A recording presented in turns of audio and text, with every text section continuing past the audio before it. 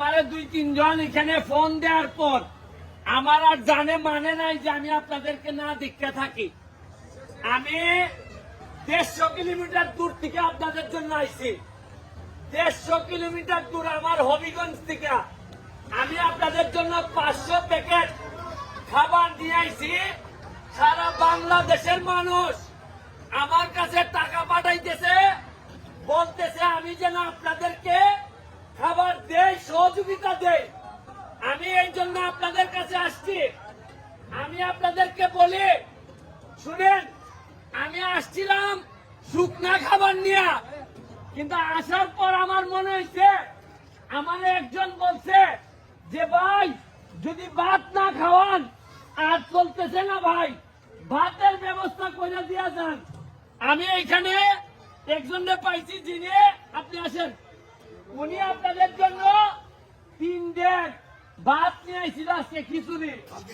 আপনারা এইখান পর্যন্তই নাকি আসে নাই, ওইখানেই শেষ হয়ে গেছে সব। শূন্য আমার কষ্ট লাগছে। এখানে চেয়ারম্যান সাহেব আছে আপনাদের। আমি আপনাদেরকে বলতে চাই, এই 500 প্যাকেট শুকনা খাবারের সাথে সাথে আপনাদের এখানে আরো অন্তত 1 সপ্তাহ খাবারের জন্য আমি 1 লক্ষ টাকা আপনাদের কাছে দিয়ে যাচ্ছি। আমি 1 লক্ষ টাকা দিয়েও শেষ না, যদি আরো লাগে আরো দিব, যা লাগে দিব। তারপরও কথা দিচ্ছি যে যাদের এখানে একবার পাড়া দিয়ে গেছি, কেরারে না খাইয়ে থাকতে দিব না। এটা কথা মনে রাখেন, বিপদ কখন আছে কেউ জানে না। আজকে সুনামগঞ্জের উপর যে বিপদ আইছে, আমি হবিগঞ্জের মানুষ আইছে।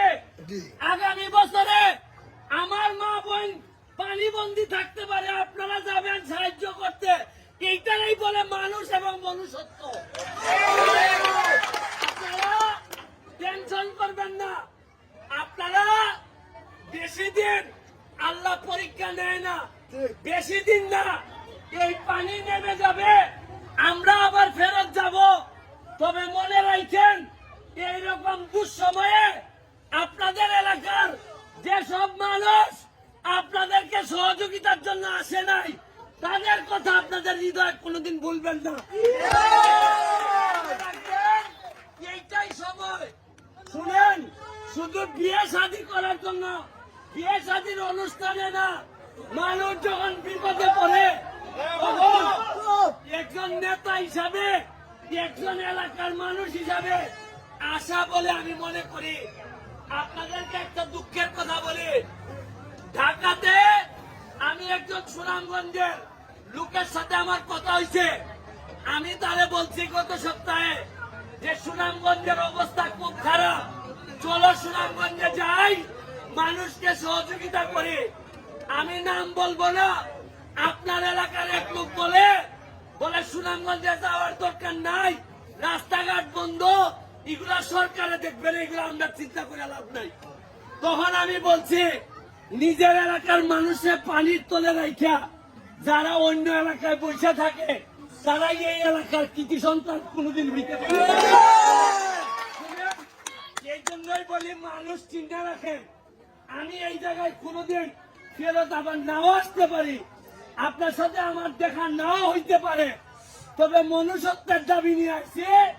আপনাদের জন্য যা পারি কইরা দিয়ে যাব। আজকে 1 লাখ টাকা দিয়ে যাইতেছি, আবার এই শুকনা খাবার দিয়ে যাইতেছি। লাগে যদি ডাকবেন।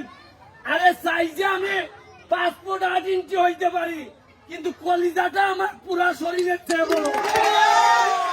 আমি তরুণদেরকে বলি, পড়াশোনা করেন, পড়াশোনা করলে যদি জজ ব্যারিস্টার হইতে পারেন, তাইলে নিজের এলাকার মানুষের জন্য করতে পারবেন।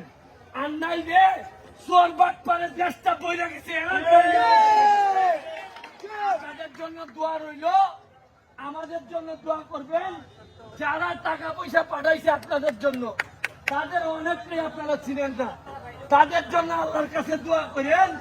এরা প্রকৃত অর্থে এরাই মানুষ, যারা মানুষের বিপদে অন্যদিকে না তাকাইয়া সুনামগঞ্জে বাড়ি না, তারপরও যেভাবে আপনাদেরকে সহযোগিতা করছে, আমি আবারও আপনাদের কাছে দোয়া চেয়ে আজকের মতো বিদায় নিতেছে।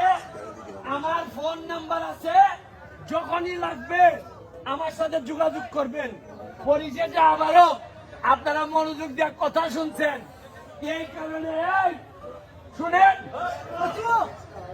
আপনারা মনোযোগ দিয়ে কথা শুনছেন, এই কারণে এখানে 1 লাখ টাকা দিয়ে তো যাচ্ছি। আর মসজিদে আমি যাইতে পারবো কিনা জানি না, মসজিদের জন্য আরো 50,000 টাকা আমি বরাদ্দ করে দিই।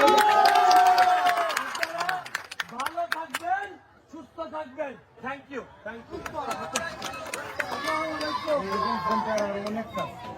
আপনাদের একটা হলে সাইড দিয়ে যান।